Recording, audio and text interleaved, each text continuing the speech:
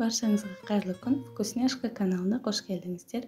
Бүгін біз сіздермен осындай ерекше, өте дәмді әрі жылдам дайындалатын печенье дайындайтын боламыз. Ыдысымызға бөлме температурасында тұрған сары майымызды, қаймағымызды және жұмыртқаның сарысын салып, бір келкі маса болғанға дейін жақсылап араластырып аламыз.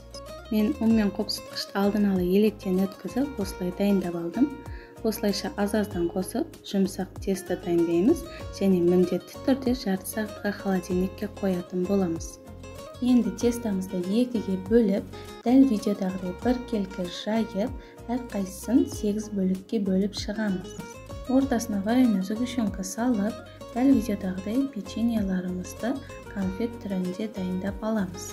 Енді қызып тұрған печкамызды 20 минуттай үсті қызарғанға дейін пісіріп, үстіне жақсылап сахарный пудра сеуіп шығамыз. Печеньенің ішінде ашып көрсеттім. Осы рецептпен дайындап, жақындарыңызды қуантыңыздар. Әсіресе балдарға өте қатты ұнайтын печенье болады. Алдағы уақыттарда осындай қолжетімді рецепттермен бөлісетін боламын. Сондықтан каналға жазылуды ұмытпаңыздар. Келесі видеоға дейін сау болыңыздар.